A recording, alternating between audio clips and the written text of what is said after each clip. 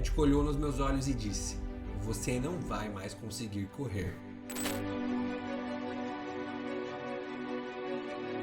Fala pessoal, bem-vindos a mais um vídeo do canal Iron Data, o canal onde eu documento tudo sobre o meu uso de dados e inteligência artificial nas minhas preparações para competir no Ironman. E hoje nós vamos falar de um tema que transcende muito os dados. Eu quero contar um pouco da minha história no esporte, o que já aconteceu comigo que me fez ouvir essa frase de um médico, e principalmente, como eu dei a volta por cima.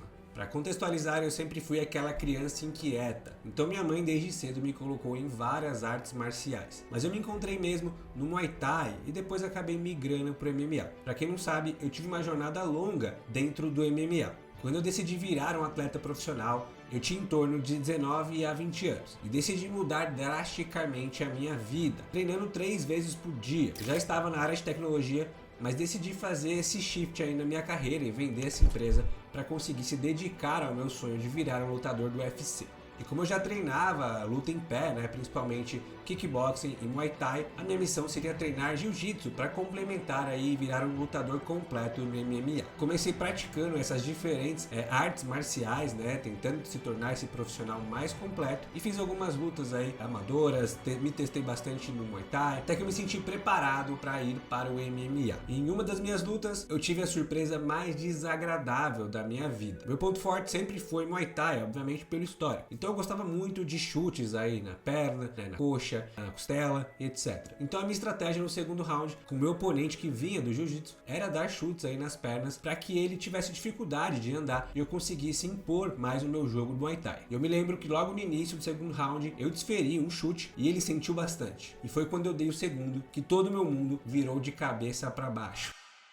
Eu ouvi um barulho muito forte e eu achava que eu tinha quebrado a perna do meu oponente. E quando eu pisei no chão para tentar desferir um soco, o chão simplesmente afundou e meu osso saiu para fora da perna. E caído no chão, eu olhei para minha perna e vi que eu tinha tido uma fratura exposta. Eu simplesmente tinha quebrado minha tíbia e minha fíbula, ou seja, meu chute atravessou o meu osso da canela e eu acabei sofrendo esse acidente. Logo em seguida eu fui para um hospital público, e vi coisas terríveis lá também, pessoas que tinham tomado tiro, facada, etc. E senti uma dor absurda quando foram colocar minha perna no lugar. E depois acabei indo para um hospital particular do convênio, onde eu comecei a tomar alguma anestesia e alguns medicamentos que fizeram aliviar um pouco a dor. Após a análise do médico, então eu fui encaminhado alguns dias depois para uma cirurgia, depois de ficar internado aí no hospital. E a cirurgia escolhida foi colocar uma haste de titânio e 6 pinos para estabilizar a minha perna. Essa haste de titânio, como vocês podem ver aqui na imagem, ela entra a partir do joelho e vai praticamente até o meu pé. E os 6 pinos vão praticamente ali perto do meu tornozelo. Ali eu já percebi que eu teria uma dificuldade enorme de voltar a praticar qualquer esporte em alta performance. Então, em uma conversa com o médico que tinha feito minha cirurgia,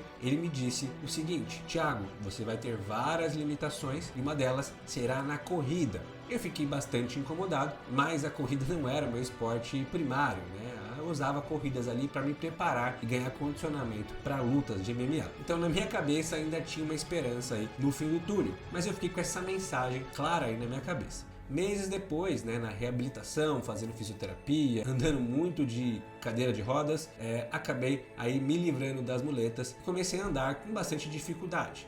Mas a minha ideia era fazer fortalecimento, para conseguir voltar a praticar esportes de alta performance. Logo nos primeiros 6 meses eu já vi que eu teria uma dificuldade enorme, porque basicamente o médico tinha me dado aí pelo menos 2 anos de recuperação completa para conseguir voltar em alta performance. E o tempo passou, enfim, eu já tinha perdido todo o condicionamento e eu decidi não esperar esse tempo e voltar para o esporte profissional. E aí a vida acabou me levando novamente para o mundo de tecnologia. Tá, mas aonde entra a corrida nessa história? Onde entra o triatlon nessa história? Muitos anos depois, como eu vi que eu não conseguiria voltar para a luta profissional, eu comecei a praticar vários esportes que me faziam bem, E um deles foi a corrida. Isso alguns anos depois já da cirurgia. E eu comecei correndo muito pouco, corria 2, 3 quilômetros e eu sentia muita dor no joelho porque minha placa, ela estava ali. Foi então que eu decidi voltar aí ao ortopedista, que era um profissional diferente, do médico que me fez a cirurgia, e ele pediu um exame e viu realmente que aquilo iria incomodar para o resto da minha vida. Então ele me propôs tirar a haste de titânio e fazer a mesma recuperação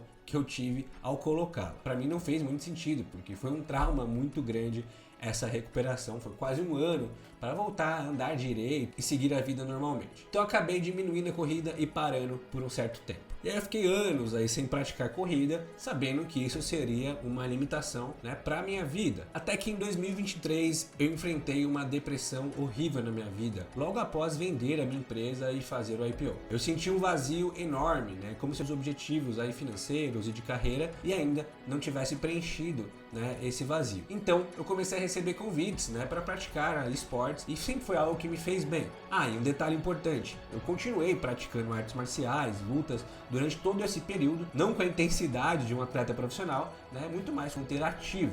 Era algo que eu conseguia administrar a dor da minha placa, né, porque eu me movimentava, administrar porque eu tinha técnica e tudo mais. Mas em 2024, quando eu já estava aí em depressão, eu recebi um desafio de fazer uma meia maratona na Argentina. E confesso que quando eu recebi esse desafio, eu achei que eu jamais conseguiria concluir, porque eu lembrei, né, do meu histórico com a placa e a corrida, e de várias falas aí dos médicos dizendo que eu jamais iria conseguir correr porque eu não conseguiria administrar a dor. Bem, como todo atleta, né, e empreendedor, eu gosto de desafios. Então me propus a começar a treinar corrida sozinho mesmo ali para entender como meu corpo reagiria. Eu sabia que eu tinha um bom condicionamento, mas mais uma vez eu teria um problema ali diferente para administrar, que seria a placa. Então eu tinha 3 meses para treinar corrida. E eu lembro que na minha primeira corrida eu quase chorei de dor, não consegui correr 2 km e tive que caminhar, né, todo o treino. E aquilo me desestabilizou emocionalmente. Ali eu tive uma certeza de que eu não conseguiria fazer essa meia maratona. Mas decidi continuar treinando, né, e enfim, acabei administrando muitos treinos eu não fazia por dor,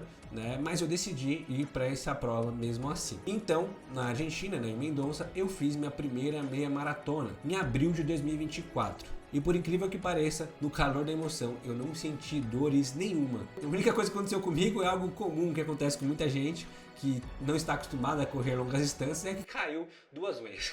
Fora isso, eu não tive problemas musculares ou então dores nas placas. Mas o principal, eu senti uma sensação maravilhosa de que eu consegui transcender tudo aquilo que me falaram. Eu vejo aí muitas pessoas, às vezes no dia a dia, falando que não conseguem correr porque tá em sobrepeso, porque tem uma cirurgia assim assensado. E hoje eu posso garantir para vocês, pessoal, vocês conseguem.